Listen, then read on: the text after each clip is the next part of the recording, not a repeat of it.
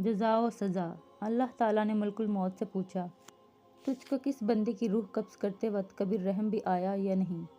ملک الموت نے عرض کیا، اللہ رب العزت، مجھ کو 2 انسانوں کی جان نکالنے میں بہت دکھ ہوا تھا۔ اگر تیرا حکم نہ ہوتا تو میں ہرگز ان کی جان نہ نکالتا۔ ارشاد ہوا، بتاؤ وہ 2 لوگ کون تھے؟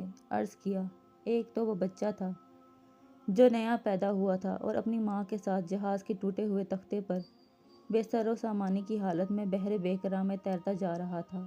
اس وقت اس بچے کا واحد سہارا تمام کائنات میں اس کی ماں تھی، تو مجھے حکم ہوا کہ اس کی ماں کی روح قبض کر لے۔ اس وقت مجھے اس بچے پر بہت رحم آیا تھا، کیونکہ اس بچے کا اس کی ماں کے سوا کوئی دوسرا خبرگیر نہ تھا۔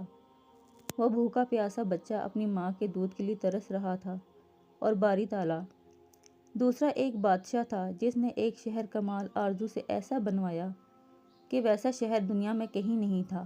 جب وہ شہر تیار ہو گیا اور بادشاہ اپنے شہر کو دیکھنے پہنچا، تو جس وقت ایک قدم اس کا شہر کے دروازے میں تھا تو مجھے حکم ہوا کہ اس کی جان قبض کر لے۔ اس وقت بھی مجھے بہت رونا آیا تھا کہ وہ بادشاہ کیا کچھ حسرتیں اپنے دل میں لے گیا ہوگا۔ اللہ تعالیٰ نے فرمایا، عزرائیل، تمہیں ایک ہی شخص پر 2 بار رحم آیا ہے، کیونکہ یہ بادشاہ وہی بچہ شداد تھا جس کو ہم نے بغیر ماں باپ کے بنا کسی سہارے کے سمندر کی تیز و تند لہروں اور طوفانوں میں بھی محفوظ رکھا اور اس کو حشمت و ثروت کی بلندیوں پر پہنچایا، اور جب اس مرتبے کو پہنچا تو ہماری تابعداری سے منہ موڑا، تکبر کرنے لگا اور آخر کار اپنی سزا کو پہنچا۔